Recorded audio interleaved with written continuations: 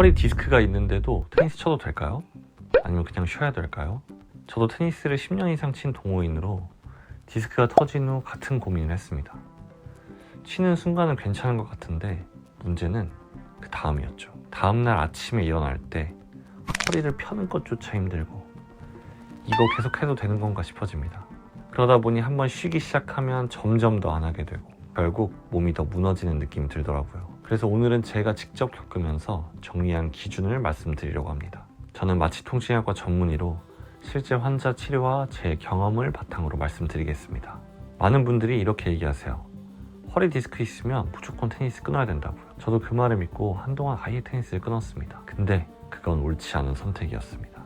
그래서 제가 직접 겪으면서 정리한 기준이 있습니다. 이 세 가지 신호가 있으면 지금은 테니스를 치면 안 됩니다. 첫 번째, 운동 중 허리가 아픈 경우입니다. 두 번째, 운동하고 나서 저녁이나 밤에 혹은 씻으면서 통증이 더 심해지는 경우입니다. 세 번째, 다음날 아침에 허리가 뻣뻣하거나 아픈 경우입니다. 이 세 가지 중 하나라도 해당되면 지금은 디스크가 테니스를 견딜 상태가 아닙니다. 실제로 이런 분이 한 분 계셨습니다. 테니스를 배우기 시작한 지 얼마 안 된 분이었어요. 점점 실력이 늘기 시작하니까 너무 재밌으셨대요. 그런데 어느 날부터 허리 통증이 생기기 시작했더라는 겁니다. 근데 너무 재밌으니까 허리가 안 좋은 상태에서 계속 테니스를 치셨어요. 치는 순간은 재밌어서 통증이 잘 안 느껴져서 계속 나가신 거예요. 근데 문제는 항상 다음 날이었습니다. 아침에 일어나면 허리가 굳어서 펴지도 못하고 결국 병원에 오셨을 때는 통증이 훨씬 심해진 상태였습니다. 이게 딱 지금 하면 안 되는 상태인데 계속 하신 케이스입니다. 지금 내가 하고 싶은지가 아니라 내 몸이 버틸 수 있는 상태인지 먼저 봐야 합니다. 그래서 일단 허리에 통증이 있다면 2, 3주 정도는 충분히 휴식을 취하면서 일상생활에서 허리 통증이 사라지는 걸 확인해야 합니다. 그 다음 바로 운동을 시작하는 것이 아니라 테니스라는 회전 운동을 시작하기에 앞서 그 회전에 필요한 코어 근육들을 사용하는 연습을 해야 합니다. 그 첫 번째 단계로 활성화 단계입니다. 통증을 줄이고 몸을 깨우는 단계입니다. 이 단계에서는 강한 운동이 아니라 부담 없이 코어를 깨우는 게 중요합니다. 가장 좋은 운동으로는 플랭크를 추천드려요. 플랭크가 좀 버겁다면 무릎 꿇은 상태에서 플랭크를 하는 것도 좋습니다. 두 번째는 안정화 단계입니다. 허리를 보호할 수 있는 힘을 만드는 단계예요. 여기서 중요한 것은 힘을 세게 쓰는 것이 아니라 허리를 움직이지 않고 버틸 수 있는 능력입니다. 대표적인 운동이 버드독인데요. 이때 팔다리를 위로 드는 게 아니라 앞뒤로 길게 뻗는 느낌으로 해야 합니다. 세 번째는 유연성 단계입니다. 허리에 부담이 가지 않도록 몸을 풀어주는 단계입니다. 특히 많은 분들이 놓치는 게 햄스트링인데요.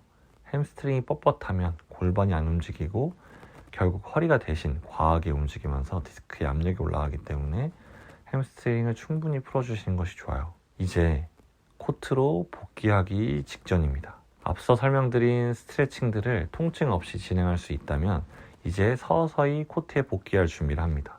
하지만 이 복귀에도 순서가 있습니다.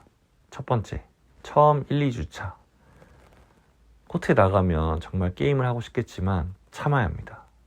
처음 1, 2주차에는 서비스 라인 근처에서 가볍게 치는 미니 테니스부터 시작해야 합니다. 다음 3, 4주차에는 이제 스윙을 조금씩 늘려야 합니다.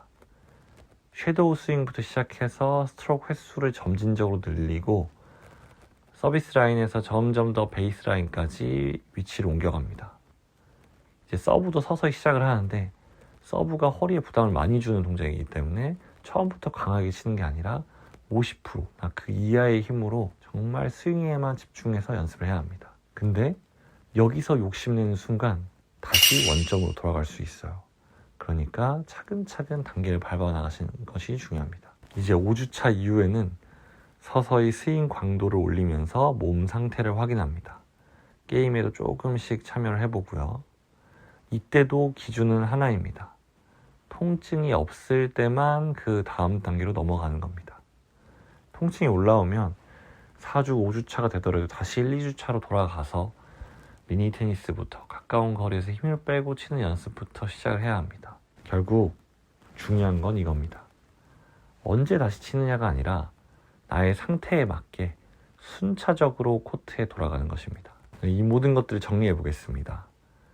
허리 통증이 있을 때 참고 치는 게 아니라 일단 멈추고 기준을 확인해야 합니다.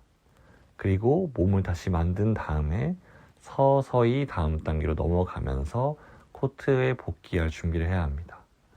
앞서 말씀드린 순서만 잘 지키면 허리 디스크가 있어도 테니스를 포기하지 않아도 됩니다. 지금까지 시청해주셔서 감사합니다.